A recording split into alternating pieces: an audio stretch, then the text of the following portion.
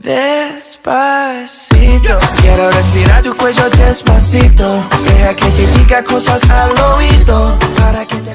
Hey guys, it's Sam from Nonfiction Horror, and today's video is going to be the If I Could Only tag. So I actually created this tag, and what it is if I could only recommend one book, what would it be? So on BookTube, I feel that everybody highly raves a lot.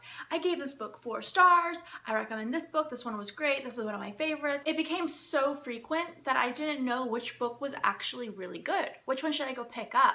Because if you're constantly being told something's good and they give you all these books, how do I know which one do I really want to read? So it came to my mind that I wanted to create the If I Could Only tag. So if I could only recommend one book, what would it be?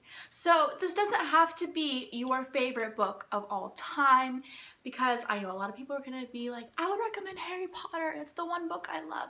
But no, this is something a little bit different than that. This would be the book that you feel you want other people to read because you like the writing style, you like the characters, you like the plot, etc., etc.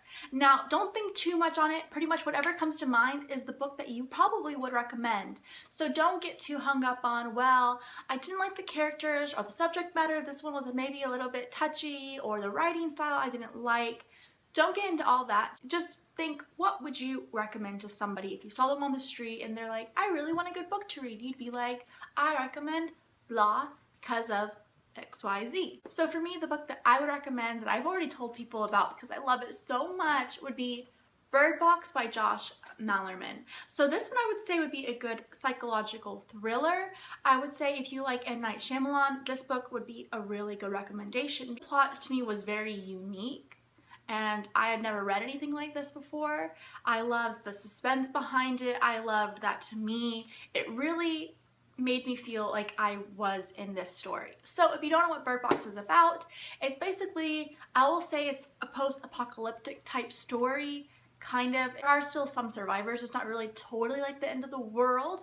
It's more like there has become this entity, or this demon, this monster, that once you see it, you die. It's pretty much that people have kept dying and dying and dying because something as simple as looking out your window, you might just see him and die yourself.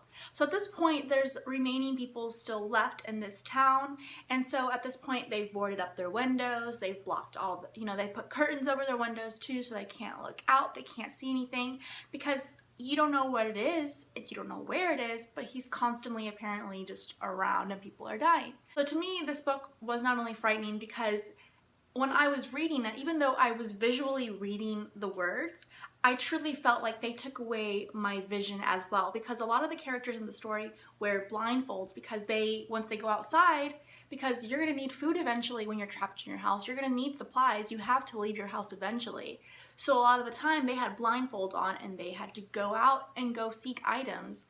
And so for me, I felt that the author did awesome at not only truly made me feel like I couldn't see either, even though I was clearly reading, it made me feel like I was one of those people with the blindfold on, and it made you think, well, what would I do? How would I go get food if I can't even walk to the nearest store without seeing? The book reminded me of The Village by M. Night Shyamalan. Now, I know that movie had mixed reviews, but it's kind of that outline where they have to pretty much be in bed by 8, or they have to turn off all the lights early. Even though it's a modern day, I kind of felt like it was set in the olden times because they couldn't go out, they couldn't really, you had to turn off, everything was candlelit at nighttime. I recommend this book, like I said, if you're wanting a good, interesting book with a different plot that kind of has you on the edge of your seat, or if you want to feel a little bit uneasy at times, because like I said, the writing was done so well that I felt I was in this book, and I felt handicapped in the sense that I could not visually see anything. So for this video, I tag obviously anyone who's watching that wants to make it. I would really love to see other people's opinions on books that if they could only recommend one, what would it be? Thank you guys for watching. I hope you enjoyed this video. Give it a like, subscribe. Like I said, I tag absolutely anyone to make this video. Thank you guys for watching. Bye.